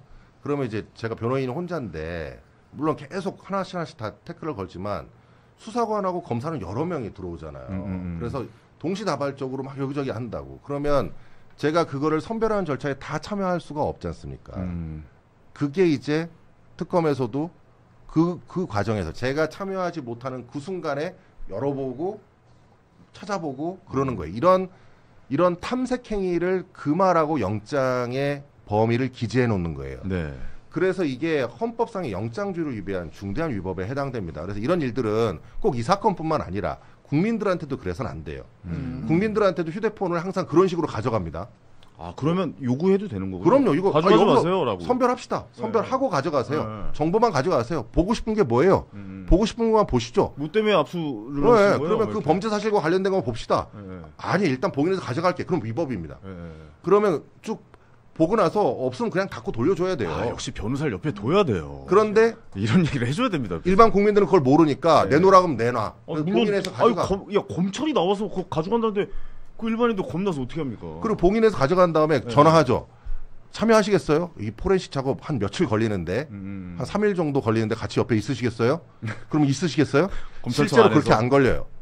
실제로 몇 시간도 안 걸려. 더 그렇죠. 거짓말하는 거예요. 네. 그런 식으로 한 다음에 시간 오래 걸린다고 거짓말해가지고 참여 못하게 그 상태에서 자기들이 프로그램에 딱 꽂습니다. 꽂으면 쫙 올라가요. 쫙 뜨죠. 예. 다 열어볼 수 있어. 일일이 하나씩 열어보는 거예요. 천천히. 아, 무섭다. 근데 그건 제가 잘 모르겠어요. 왜냐면 그렇게 말씀하신 대로 하면은 휴대폰 압수수색 없어요. 그렇잖아요. 그 자리에서 선별해서 가져가라. 그럼 그 자리에서 이걸 기계랑 같이 와서 이동형 기계로 와서 쭉 원래 선별해야 되는데 지금 근데 그 뭐 선별이라는 절차가 걸- 어떻게 되는지 모르겠는데 대부분은 일단 가져간다. 왜냐하면 안 가져가면 이걸 숨길 수도 있으니까. 그건 뭐 이준석 대표를 얘기하는 거나 뭐 예를 들어 김건희 씨다. 김건희 씨가 아니 그 사항만 거기서 가져가세요. 현실적으로 불가능해요. 그러니까 그래서 봉인한 상태로 맞아요. 가져가서 거기서 하는 게 그게 맞습니다. 뭐 절차적으로 제가 어떻게 되는지 모르지만 늘 다 그렇게 했죠. 그렇게 해야 되는 게 맞잖아요. 네. 자, 그럴 때 그러면 봉인하는 절차에도 누가 참여해야 되냐면 변호인이 참여해줘야 돼요. 그래서 이게 문제없이 봉인된다는 걸 알아야 되는데 이준석 대표 거는 어떤 문제가 있냐면 아침에 그날 채널A 방송이 있었잖아요. 아침에 가야 되잖아. 새벽에 오자마자 그거를 휴대폰을 달라 그래가지고 생방송 가는 길에. 이준석 대표는 변호인이 법조인이 아니잖아요. 그리고 변호사 전화가 안 되잖아. 그 시간에 잘 새벽에 저도 연락을 못 받았고 다른 변호사도 뭐 연락 못 받은 상태니까 그러니까 건네줄 수밖에 없는 거예요. 꺼가지고 핸드폰 꺼서 주고 방송 가신 거고 그러면 그 사이에 봉인이나 참여 절차를 아무것도 지나지 않은 거예요. 형사법에 정확히 써 있어요. 알겠습니다. 압수를 집행하기 전에 미리 통지해야 된다. 왜 미리 통지하냐 그러면 사람들은 그걸 오해하잖아. 야, 압수하는 걸 왜 미리 알려줘? 그러면 안 되지. 그 미리의 의미가 아니에요. 그 미리의 의미가 아니야. 나 압수할 테니까 너 미리 증거 빼돌려. 이런 미리가 아니고 지금 가면서 지금 압수할 거고 저거 할 거니까 변호인 부르세요. 네네네. 저 부르세요. 그러라고 미리 통지하라는 거예요. 참여할 권리를 보장하기 위해서. 변호사를 입회하에 그렇죠. 진행하겠다라는 의미가 근데 있군요. 어쨌든 지금의 사안을 두고 민주당에서 뭐 체포 동의안이 국회로 넘어오면은 기꺼이 동의해주겠다 이렇게 얘기하는 것은 대단히 정치적이에요. 정치적이죠. 뭐 그럴 가능성도 저는 뭐 0%라고 봅니다. 아니 이 정도 사안 갖고 현직 국회의원에 대해서 체포 영장을 특검에서 칠 수 있는 사안인가요? 저는 이건 완전히 뭐 그냥 이 8월 2일에 치러지는 전당대회 앞두고 두 사람이 정치적 선명성을 인정. 보내기 위한 그런 뭐 일환이라고 봅니다. 그건 그냥 정치 공세예요. 정치 공세. 이건 크게 정치 공세일 정치 것이다. 공세고 예, 예. 저도 볼 때는 이준석 대표에 대한 예를 들어서 업무방해 혐의 그러니까 앞서 말씀하신 내용은 그러니까 국민의힘에 대해서 어떤 정당한 공천 작업이 이루어지도록 해야 되는데 그거를 방해했다라가 되는데 일단은 현재까지 나와 있는 뭐 명태균 씨와의 통화 내용 그거 한기호 사무총장이 그러는데 창원 의창 경선한다는데 이게 22년 5월 8일 통화 녹취예요. 근데 그거는 이걸 그럼 업무방해로 볼 수 있냐? 네. 의심은 될 수 있지만 이거를 이건 업무방해야. 그러니까 네. 의심할 여지 없이 형법상 죄는 명확해야 되거든요. 그렇게 하기에는 무리가 있어요. 그거는 할 수도 있는 말인 거죠, 그냥. 그리고 여론조사를 명태균 씨에게 김영선 공천 주려면 압도적인 여론조사를 가지고 와라. 저는 사실 이것도 할 수 있는 말이라고 봐요. 그래서 이준석 대표가 아마 그 당시에 잘 피해서 얘기를 많이 했을 거고, 이준석 대표가 과거에도 자동 녹음을 쭉 했기 때문에 본인 말도 상당히 법적인 문제는 조심했을 거라고 봅니다. 근데 근데 제가 말하는 거의 전제는 지금까지 나와 있는 내용으로 봤을 때 일단 특검은 의심하고 수사하고 기소도 할 수 있다고 봐요. 뭔가 나올 것이다라고 생각하고 가져간 거죠. 근데 이게 법정에서 그러면 유죄로 현재까지 나와 있는 말로만 봤을 때 유죄가 인정받기, 저는 그건 사실 좀 어렵다고 봐요. 그러니까 대표로서 의견을 얘기할 수도 있는 거고, 그리고 가장 큰 정황은, 유리한 정황은 그거죠. 윤석열이랑 사이 안 좋았잖아. 그러니까요. 근데 어떻게 공모가 가능해? 이게 이제 할 수 있는 거고. 근데 다만 지금 언론에 알려진 것 말고 혹시나 명태균 씨와 또는 김건희 씨와 이렇게 해서 특검이 확보가 있는 게 뭐가 좀 정치적으로도 큰 타격이 입을 만한 게 있다. 그렇다면 이제 그거는 법적인 건 몰라도 정치적으로는 부담이 될 수가 있겠죠. 알겠습니다. 저는 이 압수수색의 핵심은 그 워딩인 것 같아요. 결국 이준석 대표를 그때 당시에 내쫓으려고 했다. 라는 게 핵심인데, 지금 압수수색은 좀 과한데, 저는 개인적으로 좀 안타까운 건 뭐냐면, 사실 그 기사를 읽는 국민 여러분들께서 요즘에 제목만 보고 밑에 댓글 보고 그냥 기사 끄시는 분들도 많거든요. 근데 제목이 달린 거 보면 뭐 이준석 압수수색 이렇게 달리면 뭔가 엄청나게 큰 죄를 지은 것 같다라는 생각이 좀 들게끔 만들잖아요. 근데 안에 들여다보면 사실 뭐 그렇게 큰 이야기는 아니었던 것 같고, 약간 좀 어떻게 보면 좀 정치적으로 해석될 수도 있는 내용일 수도 있다. 그 정도로 우리가 좀 생각해 보면 될 것 같습니다. 자, 그리고 그 이야기 마지막으로 짧게 좀 한 말씀씩 좀 부탁드릴게요. 앞으로의 특검의 향방에 대해서도 좀 궁금해요. 지금 안철수 의원이 지금 뭐 특검 수사 협조하지 않을 것이라고, 근데 갑자기 또 생뚱맞게 안철수 의원한테도 뭐 이렇게 갑자기 조사한다고 뭐 이렇게 내란 특검에 대해서, 왜 내란을 거부하신 분이잖아요. 지금은 특검의 시간이고요. 네. 안철수 의원에게 출석해 달라고 한 거는 참고인 신분이잖아요. 안 나가도 전혀 뭐 상관이 없는 일입니다. 보통 이러다 참고인으로 물었다가 뭐 피의자로 바꾸고 막 그런 일도 있으니까 난 안 나가야지 뭐 이런 겁니까? 그 하나는 박찬대 의원이 이번 그 당대표 경선 과정에서 김건희 특검법과 관련해서 강화된 김건희 특검법을 다시 발의하겠다. 그래서 특검 숫자도 늘리고 활동 기간도 늘리는 법안을 지금 만들겠다고 했거든요. 근데 지금 국회 운영이나 뭐 법안 만드는 과정에서 민주당 마음대로잖아요. 그러면 저는 박찬대 전 원내대표가 이번에 당대표가 될 가능성이 조금 낮아 보이지만 어쨌든 정청래 의원이 되더라도 김건희 특검법은 더 연장하는 법안이 만들어질 것 같아요. 그래서 이것을 하여튼 올 연말까지는 어떤 식으로든 특검에서, 아까 얘기했잖아요. 특검이 압수수색만 해도 그 사람은 죄가 있는 사람으로 우리 대중들은 인식하게 되거든요. 그어질 가능성이 높죠. 뭐 이런 과정들이 연말까지 계속될 것 같아요. 저는 안철수 의원 출석, 그러니까 참고인 신분으로 출석을 요구한 거에 대해서 안철수 의원이 약간 과민 반응을 보이는 것 같아요. 왜냐하면 당시 국무회의에 12월 3일 비상계엄의 형식적 이런 것들을 만들어주기 위한 국무회의처럼 보인 간담회에 참석했던 장관들, 이분들 중에 일부는 지금 예를 들어 이상민 장관이랄지 한덕수 총리랄지 내란을 방조한 혐의를 받고 있거든요. 근데 이때 아예 참석하지 못한 사람들도 사실 특검에 가서 조사를 받았어요. 참고인 신분으로. 이건 뭐냐면 이 사람들은 권리를 박탈됐다. 그러니까 직권남용으로, 그 윤석열의 직권남용으로 되는 겁니다. 이분들이 어떤 안건을 심의할 권리를 박탈당했다. 거기에 대해서 물어보려고 부른 거거든요. 당신 죄를 지었어가 아니라 당신 피해자 같아요라고 물어본 거거든요. 저는 이번에 안철수 의원을 부른 것도 그런 맥락으로 봐요. 근데 굳이 거기 안철수 의원이 특검에 대해서, 그러니까 특검보다는 이제 불법 비상계엄과 탄핵에 대해서 강력하게 얘기를 했잖아요. 상식에 맞는 메시지를 냈는데, 관련돼서 그거를 좀 더 명확하게 하려는 특검 활동에 대해서 굳이 참고인 신문인데 이렇게 반발할 필요가 있느냐라는 생각은 듭니다.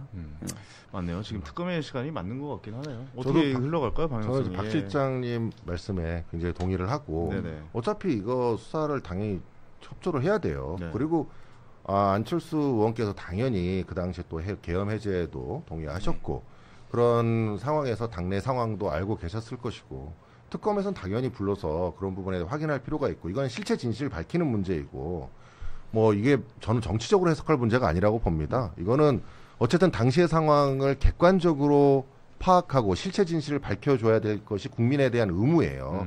그러면 안철수 의원은 당당하게 나가셔서 특검에서 어떤 그 당시 상황이 있었는지 정확하게 알려주셔야 그게 역사의 기록에 남을 거 아닙니까? 그리고 지금 저는 뭐 계속 지금 특검의 지금 무리한 수사나 이런 것들은 적법 절차의 문제에서 문제를 삼는 거지 실체를 찾고자 하는 노력은 당연히 최선을 다해야 되고 그거를 함에 있어서 절차적인 문제만 잘 지켜야 된다. 그것이 제가 말씀드리고자 하는 겁니다. 알겠습니다. 앞으로 특검이 어떤 방향으로 진행될지 좀 지켜보도록 하겠습니다. 마지막으로 짧게 요거 하나만 좀 오늘 오랜만에 네. 처음으로 나와 계셔가지고 국힘 얘기 네, 국민의힘 살짝만 얘기, 어떤 얘기 해봤으면 좋겠어요. 갑자기 긴장되네요. 아니 지지율 어떻게 할 거예요? 국힘. 지지율 대책회의 어떻게 됩니까?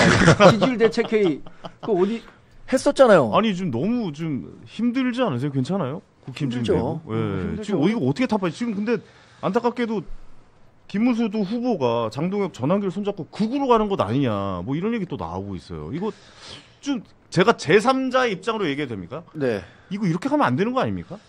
글쎄 저도 예. 당내 뭐 스펙트럼이 굉장히 넓다고 했잖아요. 우리 당에. 네네네. 저는 그러니까 좋은 일종의 분들도 더 개혁 많으시고. 쇄신파의 목소리를 대변하고 있다고 생각해요. 알죠, 우리 당에 예. 뭐 지금 당 대변인 한 7, 8명 계신데 그 중에 아마 뭐 대변인들도 약간의 정치적 후견주의가 있고 뭐 그래요. 어느 사람이 이 대변인을 썼으면 좋겠다라고 추천을 하기 때문에 대변인단이 구성되는데 네.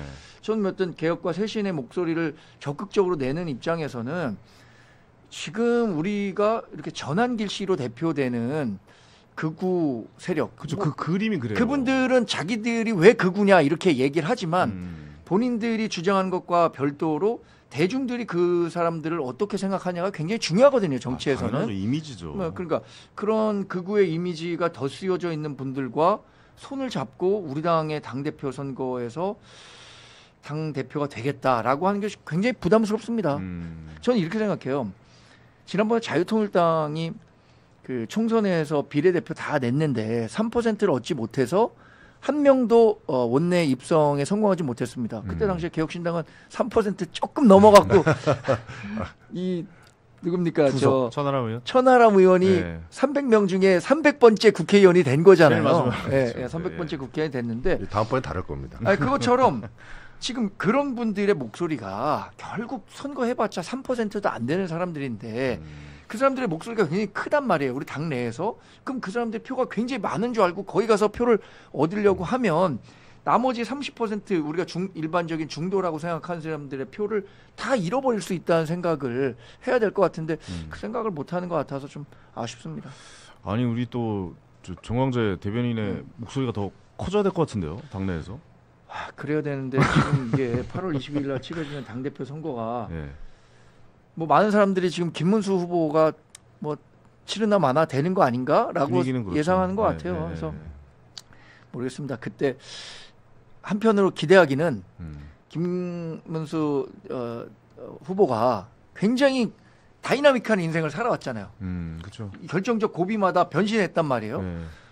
맨 왼쪽에 있다가 오른쪽 맨 끝으로 갔다가 또 그렇죠. 이번 대선 때도 변신했잖아요. 그래서 이 딱 예. 가운데로 오는 그런 군자 표변의 모습을 오. 보여주시면 어떨까라는 생각도 갖고 있는데 현실화 불가능한 가능성은 일이에요. 그러니까 제가 현실화 가능성은 좀 낮은 것 같아서 좀 걱정입니다. 그분은 극과 극만 달리셨어요. 중간을 가본 적이 없어요. 잘 됐네요. 저희 박성태 연구실장님 네. 조언 한 말씀 국힘을 위해서. 저는 네. 국민의힘의 몇몇 합리적인 인사들에게 조언을 했는데 잘 안 하더라고요. 원래 잘 안 일차적으로 됐더라고요. 예. 저는 지금도 이제 정광재 제가 참 좋아하는 그러니까요. 합리적이고 네네네. 뭐 생각도 바르시고 일단 또 잘생겼잖아요. 그래서 제가 참 좋아하는 분인데 대변인단이 성명을 내세요. 전환길 대변인단이- 쫓아내라. 대변인단을 다 모아서 그렇죠. 좋은 생각이십니다. 대변인의 성명을 내서 저는 10분 넘지 않아요? 그래도 대변인단이? 지금 원외 대변인은 8명인가? 그 중에 마음 맞는 한 5-6명이라도 해서 마음 맞는 사람이 없는 것 같더라고요. 저랑 같은 뜻을 갖고 있는 사람이 없어요? 없을 것 같아요. 그리고 옆에 인형이라도 좀 세워놓고 그래서 가지고 저는 국민의힘 분들에게 계속 얘기하는 게 왜 성명이 안 나오냐. 조은 의원 물론 전환길 씨 안 된다라고 성명이 얘기했어요. 아니고 항명해야 되는 거 아닙니까? 거의 지금 근데 분위기는. 이럴 때는 세력을 보여줘야 되거든요. 한 명씩 얘기하는 건 큰 의미가 없어요. 정론관에 너댓 명씩 딱 서서 자 1차 일진 나가라. 뭐 김재섭, 김용태 이런 분들 나가서 전환길 출당시켜라. 성명 내고 우리가 그래도 보수 정당의 명맥을 위하는데 극우에 흔들리면 안 된다. 이 성명 내고 그 다음 날쯤에 이제 한 재선의원 그룹 중에 한 4명만 있으면 돼요. 그럼 4명이 또 성명 내고 그 다음 날쯤에는 그날 오후든지 그러면 중진들 중에도 한 4명. 그러니까 노회한 정치인이 있으면 그걸 물밑에서 조율을 하면 되거든요.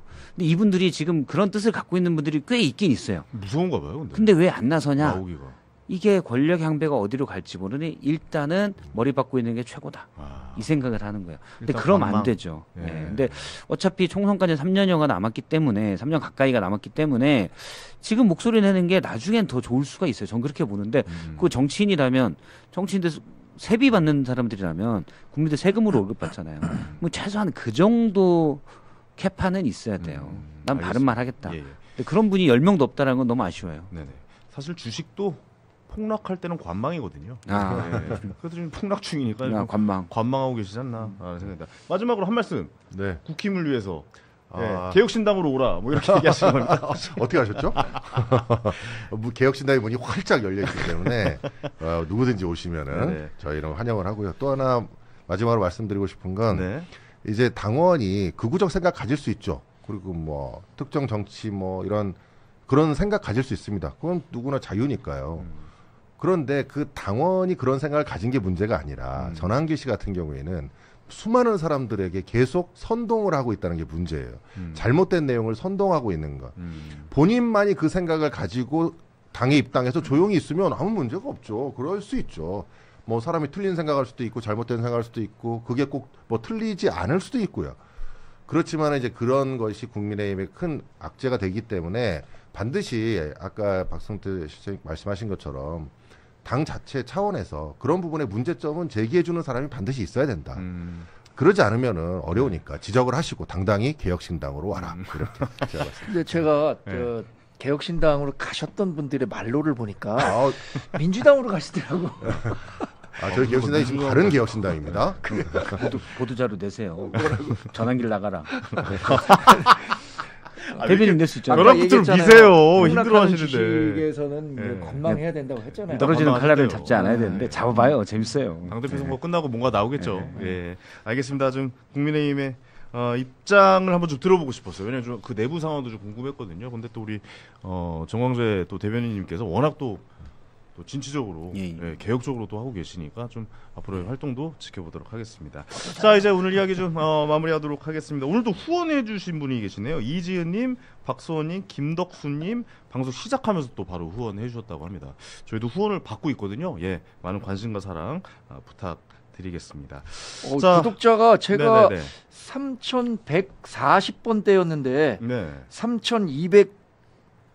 3,220명대로 올랐네요. 오늘 생방송하면서 또 100분 넘게 구독자가 올라오고 좋으신 분들이 나오니까 확실히 차원이 다른. 예, 저희는 약간 좀 우상향하고 있는 분위기라. 그러네요. 저희는 관망해 주지 마시고 지금 저평가되어 있는 거죠. 성장주 부탁드리도록 하겠습니다. 구독, 좋아요, 알림 설정 여러분들 저희 좀 알고리즘 좀 받게 좀 도와주시고 저희 연지 이제 내일이면 일주일 된 거거든요. 여러분의 사랑과 관심이 좀 많이 필요합니다. 그리고 여러분들 댓글 남겨주신 분들 선물 많이 드리고 있으니까 지금 확률이 굉장히 높은 편이니까요. 많은 관심과 사랑 부탁드리도록 하겠습니다. 오늘 당첨자 발표해 드리도록 하겠습니다. 오늘 선물 대상자 조명숙님, 황현이 좋아요 이렇게 보내주셨고요. 예, 이런 거 당연히 뭐 드려야죠. 예, 셀로님, 박성태 소장님, 정광재 대변인님, 황현이 진행자님 수고 많으십니다. 케미 굿이라고 보내주셨고요. 앞으로 전진, 김건희 집안이 모두 사기의 연류 이렇게 또 마지막 멘트까지 보내셨습니다. 요 두 분께 세 분이 아니군요. 세 분이 전에 두 분이네요. 두 분께 선물 보내드리도록 하겠습니다. 자, 고수들의 초정밀 정치해부쇼 여의도 너머 TV에 다 깐다. 내일 오전 10시 30분에 역시 여러분 찾아서 인사드리도록 하겠습니다. 시청해 주셔서 감사합니다. 고맙습니다. 고맙습니다.